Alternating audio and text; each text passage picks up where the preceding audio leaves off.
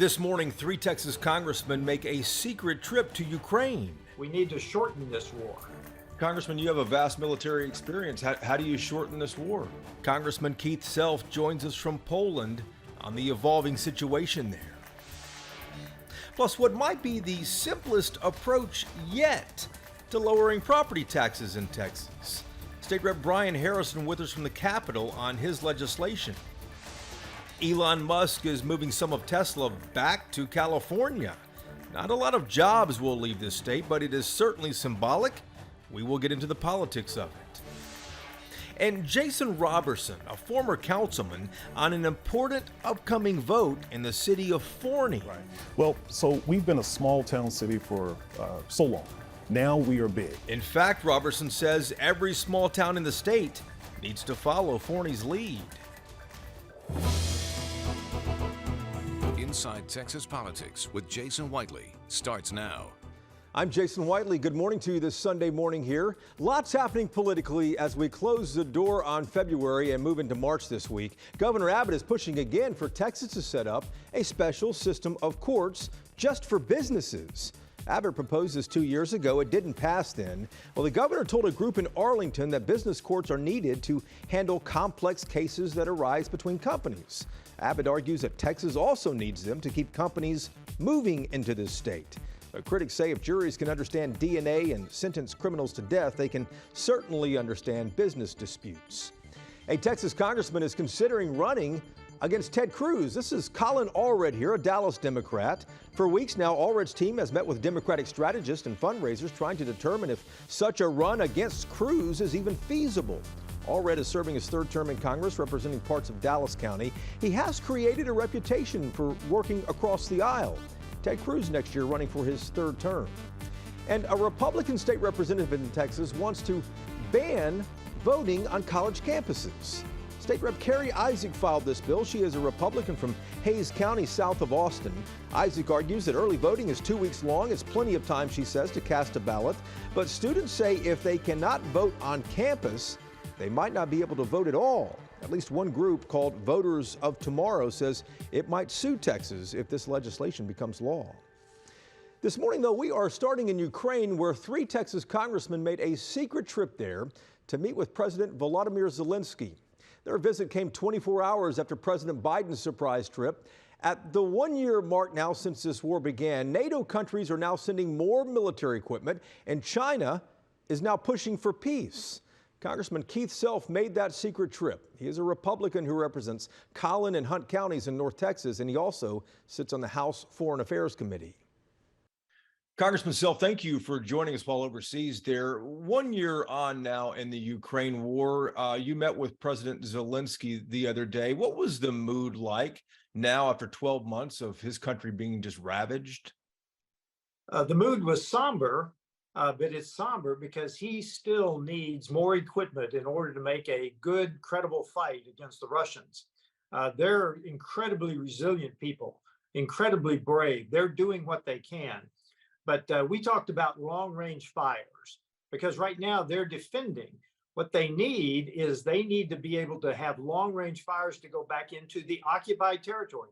I'm not talking about into Russia. I'm talking about into the occupied territory. Are you and other House Republicans working with the White House on what Ukraine wants and needs right now? The chairman of the Foreign Affairs Committee has met with the Secretary of State on this exact discussion. President Biden made a surprise trip to Ukraine last week. As you well know, you guys arrived, I think, 24 hours later or so. What message do you think that the President Biden's visit sends to Russia? Well, it sends that the Americans are there and they will be there. Now, I would not say what the president said, that as long as it takes. I would say we need to shorten this war because of manpower and time. I think that Putin thinks those are on his side. So I don't think we ought to let this drag on. It's already almost looks like a World War I fight with increments of yards or tens of yards in gains. That's not good. We need to shorten this war. Congressman, you have a vast military experience. How do you shorten this war? Well, I think that we give him ATACMS, which is a longer range artillery. He's already got the launch systems, the HIMARS vehicles. It takes a simple upgrade of the software, ship him the rounds, the new rounds, and he can cover the occupied territories and into Crimea. With President Biden's visit there, that has now launched a number of things into motion. President Putin spoke the other day, and now Xi Jinping, the leader of China, is now speaking out about this. How's all this going to play out in the coming weeks, do you expect? Well, I don't know, but it's moving fast at the strategic geopolitical level. You take Biden's visit, Putin's speech the very next day, Xi Jinping's a notification of his visit. At that level, this is incredibly fast. So I think that everyone realizes that this is now a proxy war between the West, led by the US, against China. Congressman, earlier this month, one of your colleagues, Matt Gaetz from Florida, introduced a bill in Congress to end aid to Ukraine. It was a non-binding resolution, but still sent a message complaining there's Ukraine fatigue. What is your reaction to that, considering you just have been in the war zone there? Well, we've talked a lot about that on this trip amongst the House Foreign Affairs Committee members. And we think that that's a very small member of the entire Congress, not just the Republican conference, but the entire Congress. We think that that's a very small number because we see bipartisan commitment to making sure that this does not become a major European war with American participation. That's why we need to stop this with Russia and Ukraine. Congressman, safe travels to you coming back. We appreciate the time. Thank you very much. All right, now to politics a little closer to home here. You know, in this state, each time we have had a mass shooting, lawmakers reach for the same talking point: mental health. Let's spend more money on it, they often say. But here's the reality. For years, Texas has faced a shortage of Texas mental health care professionals, and it's only getting worse. The Texas Tribune is reporting on this right now. Ian Mitra, the senior managing editor there. Ian, good to see you. Why in the world is this happening, and what is the state doing about it? Yeah, well, this is something that, of course, that started before the pandemic, and there was just already kind of a cited decrease. Some advocacy groups in this area have cited that huge numbers of populations in the county or in counties across the state are lacking in mental health support services. There's a combination of things. Obviously, the pandemic, kind of exacerbated this need for mental health support and services. Yeah. And then also, of course, there's been, broader understanding, but also just kind of the fact that, there's a lot of retirements among mental health professionals too. And then the state, is just seeing like broadly some challenges in keeping up with the demand as it's grown over the last few years. I want to ask about a follow-up to what we discussed last week. University of Texas and Texas A&M have both stopped the hiring practices based on diversity. Like Governor Abbott said in his recent order, he wants them to hire on merit only.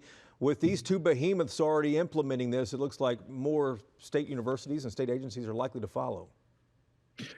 That seems to be where things are going, and certainly, with the governor's office kind of sending out this memo to state agencies and public universities, and there's going to be much more some reviews related to these practices, and so the concern, of course, among some of these universities and agencies is just in terms of how they can ensure that there's representation within their offices and within their employees and stuff, but the likelihood is that there will be more reviews like what UT and A&M have done. All right, I am back to you in a moment. Thank you very much. Coming up next here, reducing property taxes. It always gets complicated in Austin. State Rep Brian Harrison, though, says his idea is as simple as it gets. And ethics and transparency aren't just for big cities and state government. Jason Roberson on why small Texas towns might most be at risk. Welcome back to Inside Texas Politics. Property taxes are complicated, the way they're calculated and all the ideas for lowering them as well. Well, State Rep Brian Harrison says he has an easy solution to one of the state's biggest problems. He took our questions from his office at the state capitol. Representative, thanks for being on the program here with us. Let's start with this idea about property taxes. To me, this makes probably the most sense for citizens to actually decide whether to raise their property taxes every year. But why require 60% to get this passed? Why not just a simple majority, 50% plus one, like everything else, like you were elected? Yeah, well, I agree with you. I think this is the simplest way to handle this tremendously huge problem that gets bigger by the day of property taxes. I am sick and tired of my constituents, hardworking Texans, losing their homes because of unfair, unethical system of property taxation that ultimately we should get rid of. But I am a fan of whenever government's going to act, we should do it simply. And so what I'm trying to do here is put the voters, put the taxpayers for the first time back truly in charge of their property taxes and say that if you, a local government, you want to raise somebody's property taxes even more, you can't do that unless you hold an election. You base this concept on something that passed in Arizona. It passed there with a razor thin margin, though. Is there support for this in Texas? If the feedback that I'm getting from every single tax-paying citizen and constituent that I have talked about this idea with is any indication, not only is there some support, I think there is overwhelming support. People, I'm not kidding. I was talking to a local county clerk just a couple nights ago, hearing heartbreaking story after heartbreaking story about Texans who have had homes in their families for generations that are losing them. They're forced to move out of their communities. They're forced to leave family and friends and their beloved home and property behind. It's time for this to stop. Representative, let me ask you this. Cities and counties, though, are likely to oppose this, saying they need to be able to operate government. They need to buy a new fire truck when it's needed, a new garbage truck when it's needed.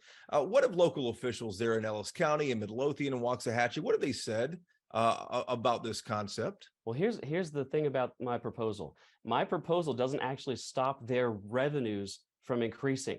All I'm asking them to do is operate under the same effective tax rate that, guess what, that they're operating under right this minute as we speak. And I represent a growing area. So I understand that local governments have to provide for growth, but adopting last year's effective tax rate doesn't mean that their revenues stay flat because of all the new people that come in, that increases their taxable base. So even if they don't effectively raise property taxes on the mom or the grandma, the granddad that's been living there for 10 or 20 years, they still get to realize a whole ton of new revenue as people move into that area. So they're able to go after and they're able to tax the new people that come in, but that doesn't mean they should be able to tax the people that have been in that city or that county for 20, 30 years or 3 generations out of their homes. Representative, let's talk about school choice. That's obviously a big issue every session, but again, this session as well. You're on the House Education Committee. The governor is now behind something called education savings accounts. You're a father of 4. Your children are in public schools as well, too. But for as much momentum that seems to be behind school choice and ESAs right now, there are still a number of rural Republicans out in West Texas who are still opposed to this. How hard is it going to be this session, do you think, to get them on board, even with the governor on board? Oh, I'm very optimistic that we're going to do it. I mean, How do you do it?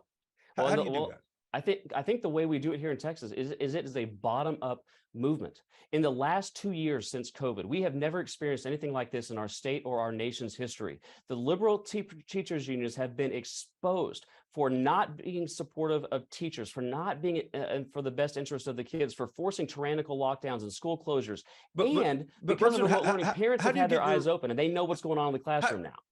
How do you get your own Republicans, people in your own party, on board with this? They've been the roadblock, as you know, in sessions past. They have been, but guess what? Their voters want it. Perhaps their voters want it most of all. In the 10 most rural counties in the state of Texas, the 10 most rural counties, when this was on a ballot proposition last year with Republican primary voters, every single one of those 10 most rural counties in Texas supported school choice, and they supported it by overwhelming margins. I don't think any one of them supported it with less than 80 or 83%. Representative, we appreciate the time, sir. Thank you. You bet, Jason. Kaufman County is the fastest growing county in the country, and Forney is the biggest city there. It's growing so fast that the city government says it's way behind when it comes to ethics and transparency. Jason Roberson served on Forney City Council. He's also behind new measures that he says every small town in Texas needs to consider. Mr. Roberson, thanks for being here. Ethics regulations aren't just for big cities. How did you know? What was the turning point that you knew that Forney needed to have stronger ethics laws? Anybody who's been driving down Highway 80, you've seen the traffic. You've seen the traffic. We've had thousands and thousands of residents who've moved here, and no one can really quite put a finger on who's behind a lot of the developments. And so I think we figured out that we really need to take a closer look at how these developments are coming to be in Forney.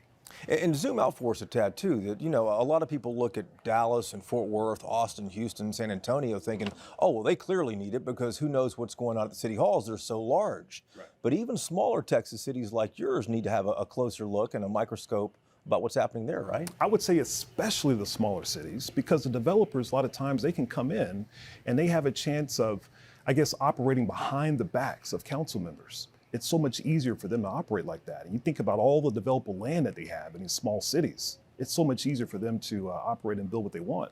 And then they leave and they go to the next city and we're left with the traffic. So that's part of the problem. These aren't just amendments that are being proposed in Forney. This really is an overhaul. You're talking about term limits for council and for mayor to make it easier to recall elected officials. Lobbyists have to register and they have to disclose who they actually meet with. Campaign finance reports must go online as well too, and an annual comprehensive audit of city spending. Right. To a citizen, they might think, why in the world isn't this already required? Right. Right. Well, so we've been a small town city for so long. Now we are big, and it's time for us to start acting like we're big. Used to just accept whatever developments come in. Well, now we're the pretty girl in town, you know, and we get a chance to have nice dance partners.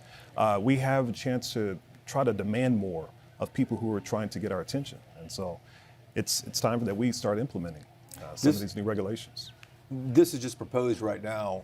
How likely is this to pass, and when might it go onto an agenda? I think it's very likely to pass.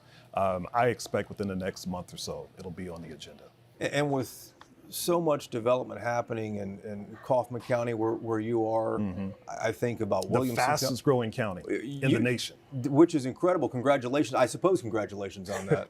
But I think about Fort Bend County and down in Houston, Williamson County and Austin, right. And then all the counties around the Metroplex, including Kaufman County here. Do you have a message to other Texas cities, to other local city councils that might be thinking, hey, we need to make sure we get a handle on what's happening here? Yeah, definitely. Don't be afraid of transparency. Transparency keeps honest people honest, and the citizens deserve that. Mr. Roberson, thank you for the time. Thank you. Appreciate it. Coming up, Tesla is moving part of the company back to California. Not a lot of jobs, but it is certainly symbolic. We'll talk about the politics of it next on the Roundtable. This is Inside Texas Politics with Jason Whiteley.